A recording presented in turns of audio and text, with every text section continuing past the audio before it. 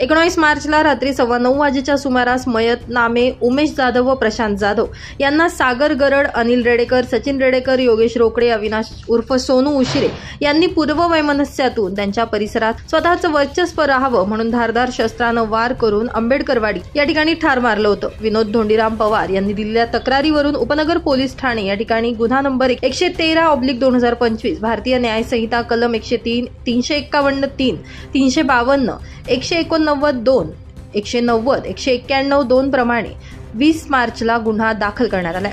या अनुषंगानं गुन्ह्याच्या घटनास्थळी गुन्हे शाखा युनिट 1 कडील पोलीस अधिकारी व अंमलदार यांनी तात्काळ भेट देऊन गुन्ह्यातील आरोपितांची माहिती काढत असताना पोलीस नाईक मिलिंद सिंग परदेशी व पोलीस हवालदार विशाल काठे यांना गुप्त बातमीदाराकडून माहिती मिळाली।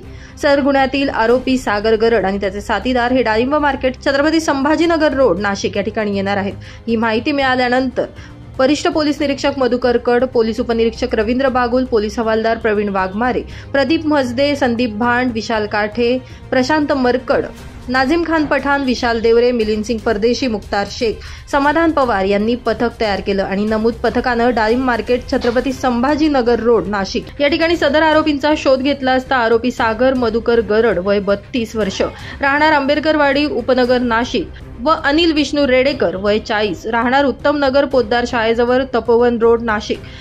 आरोपी नंबर 3 सचिन विष्णू रेडेकर वय 44 वर्षे राहणार गायत्री नगर, पुना रोड, नाशिक। आरोपी 4 अविनाश उर्फ सोनू नानाजी उशिरे वय 26 राहणार सर्वेश्वर चौक, नवीन सिडको।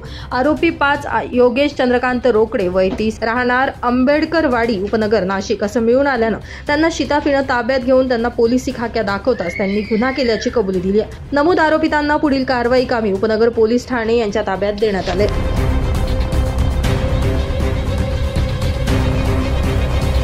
ब्युरो रिपोर्ट, नाशिक माझा न्यूज, नाशिक।